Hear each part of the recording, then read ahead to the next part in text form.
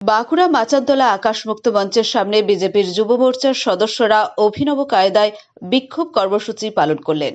এই কর্মসূচিতে উপস্থিত ছিলেন বাঁকুড়া বিধানসভার বিধায়ক নীলাদ্রি শেখর দানা, বিজেপির জেলা সভাপতি প্রসেনজিৎ চট্টোপাধ্যায়, যুব মোর্চার জেলা সভাপতি জীবন মণ্ডল ছাড়াও যুব মোর্চার সদস্যরা।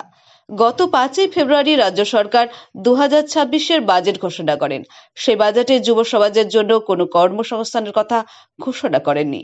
শুধু ভোট ব্যাংকে ধরে রাখতে মহিলাদের লক্ষ্মীর ভাণ্ডারের 500 টাকা বৃদ্ধি করেছেন, বাকি কারোর কথা ভাবেননি রাজ্য সরকার। কর্মসংস্থানের কথা বলতে গেলে মাননীয়া বারবার যুবদেরকে চপ, ঘুগনি, চা ব্যবসা করার বার্তা দিয়েছেন।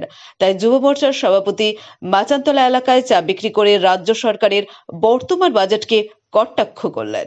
বাঁকুড়া এক্সপ্রেস টিভির মুখোমুখি হয়ে সেই বিষয়ে কি প্রতিক্রিয়া দিলেন বিজেপির যুব মোর্চার জেলা সভাপতি, শুনুন সেই প্রতিবেদন। আমরা চাই নিয়োগ চাই, আমরা চাই নিয়োগ চাই, চাকরি চাই, চাকরি চাই। পশ্চিমবঙ্গের অবস্থা দেখছেন, পশ্চিমবঙ্গের যুব সমাজের জন্য কোনো দিশা দেখাতে পাচ্ছে না মাননীয় মুখ্যমন্ত্রী। এই মমতা ব্যানার্জির রাজত্বকালে 8,000 কলকারখানা বন্ধ হয়ে গেছে। এই মমতা ব্যানার্জির রাজত্বকালে 6,800 প্রাথমিক স্কুল বন্ধ হয়ে গেছে। এই মমতা ব্যানার্জির রাজত্বকালে পশ্চিমবঙ্গের মেধাযুক্ত ছাত্র 50 লক্ষ যুব সমাজ বিজেপি শাসিত রাজ্যে পরিযায়ী শ্রমিকরূপে কাজ করছে।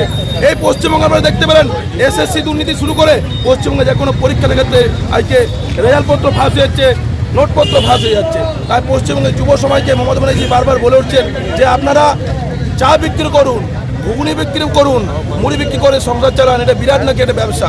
তাই আমাদের উপায় নেই, পশ্চিমবঙ্গের শিল্প নেই, কলকারখানা নেই, চাকরি নেই। তাই আমাদের যুব সমাজ পশ্চিমবাংলার এইটাই মমতা ব্যানার্জি দিশা দেখাচ্ছেন। আমরা চা বিক্রি করছি, আমাদের ঘুগনিও হচ্ছে, আমরা এরপর মার্কেটে ঘুগনি বিক্রি করবো। আপনার নাম? আমার নাম জীবন মণ্ডল, বিজেপি জেলা যুব মোর্চা কর্মী।